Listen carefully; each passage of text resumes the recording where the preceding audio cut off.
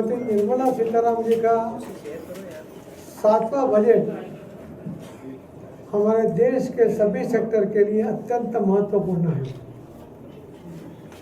इस बजट के अंदर संतुलित बजट को बनाते हुए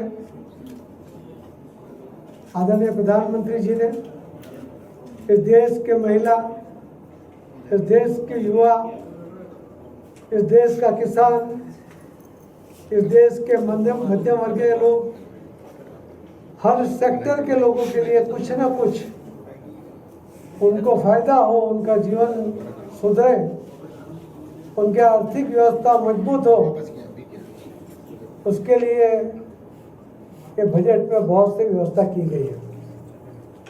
वैसे तो आदरणीय प्रधानमंत्री जी जब प्रधानमंत्री बने थे तब कांग्रेस के लोग कहते थे कि मनमोहन जी अर्थशास्त्री है और नरेंद्र मोदी जी चाय वाले हैं, तो ये बजट क्या समझेंगे, क्या देंगे। तो 11 साल कंटिन्यू बजट देने के बाद जिस तरह देश जब मनमोहन जी के टाइम में 11वें नंबर पर हमारी अर्थव्यवस्था थी, वो आज 5वें नंबर पे है। और इंटरनेशनल मॉनिटरी जो संस्था है, उन्होंने खुद अभी कहा है कि जो ना हमारे देश के साथ उसका संबंध है, न हमारा देश का कोई प्रतिनिधि उसके अंदर है, पूरे दुनिया के सभी देशों की अर्थव्यवस्था के ऊपर उनकी टीका टिप्पणी होती है, सर्वे होता है। उन्होंने अभी कहा है कि 2027 में भारत देश की अर्थव्यवस्था 30वें नंबर पे होगी और आज भी हमारा जीडीपी वो करीब 4 लाख करोड़ तक ये पहुंच गया है। अपने आप में 5वें नंबर से 30वें नंबर पे जाना ये बहुत बड़ी बात है और 11वें नंबर से 5वें नंबर पे आना वो भी अपने आप में बहुत बड़ी बात थी। और इस मंजिल को आदरणीय प्रधानमंत्री मोदी जी और फाइनेंस मिनिस्टर श्रीमती निर्मला जी उसके लिए पूरी कोशिश कर रहे हैं कि देश के सभी लोगों को वो अगर आर्थिक रूप से मजबूत होंगे तो ही देश 30वें नंबर पे जा पाएगा। और इसीलिए इस बजट के अंदर जो नौकरी करने वाले लोग थे, जो मध्यम वर्ग के लोग थे, उनको भी राहत दी है और उनको भी उसके अंदर फायदा हुआ है। उसी तरह युवाओं के लिए भी 1 करोड़ युवाओं को रोजगारी मिले, उसके लिए भी इसके अंदर योजना बनाई गई है। महिलाओं के लिए भी बहुत सी योजना इसके अंदर की गई है।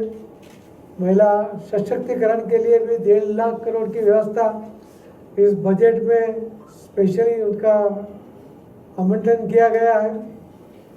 किसानों के लिए कभी कांग्रेस के सरकार ने 70 सालों में कोई योजना नहीं बनाई थी।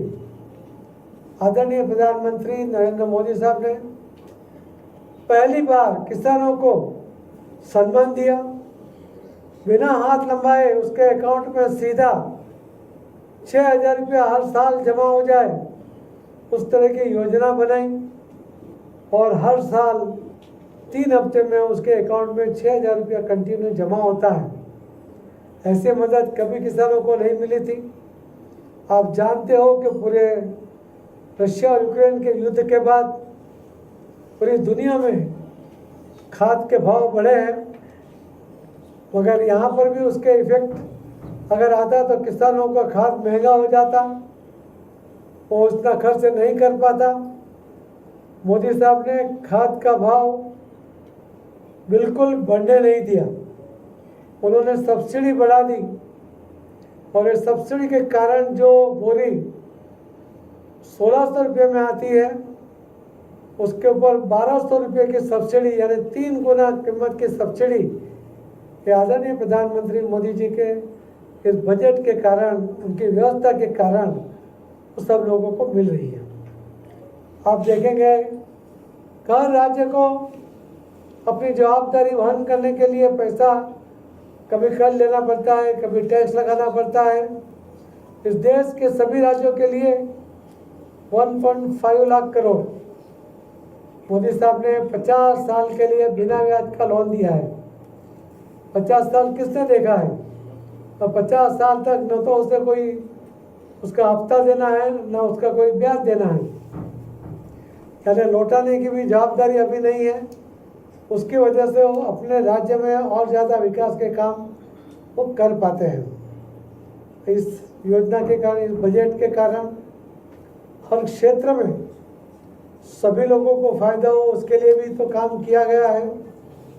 और राजस्थान के लिए भी इस बजट के अंदर 75,000 करोड़ आवंटित किए गए हैं।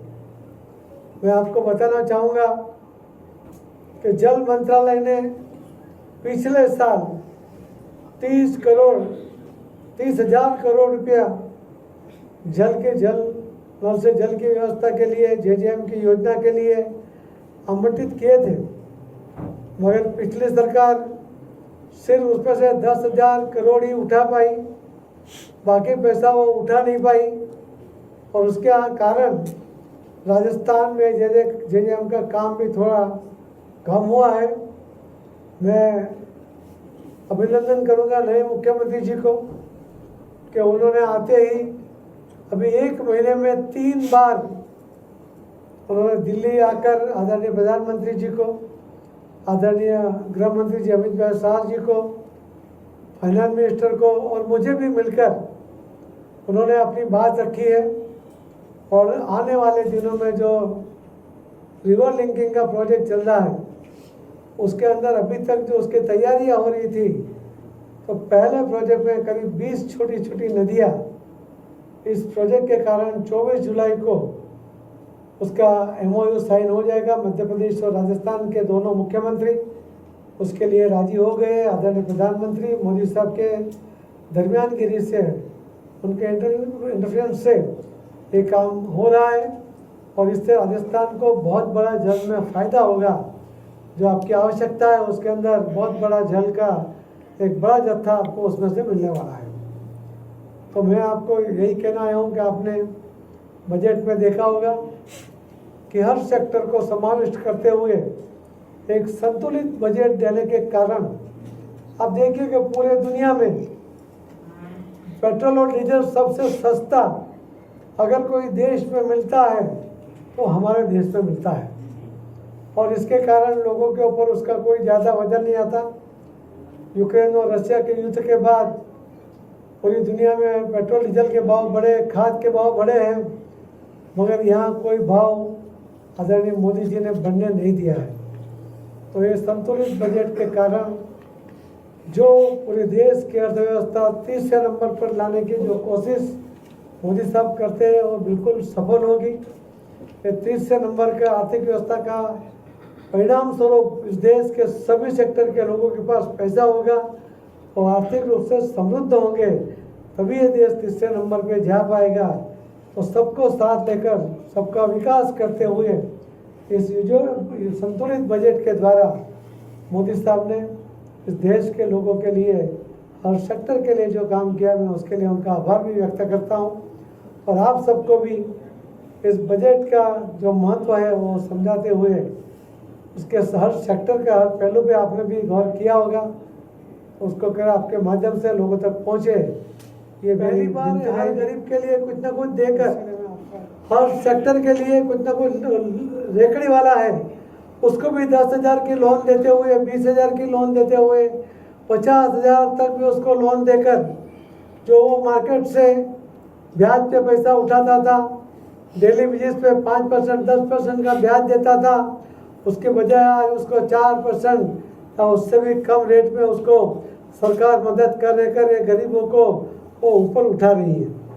हर गरीब को कोई ना कोई योजना का लाभ मिले उसके लिए। और कई गरीबों को मकान मिला जिन्होंने कभी अपना मकान सोचा नहीं था। ऐसे 4 करोड़ लोगों को ये अपना खुद का मकान हुआ है जो उसने कभी सपना भी नहीं किया था।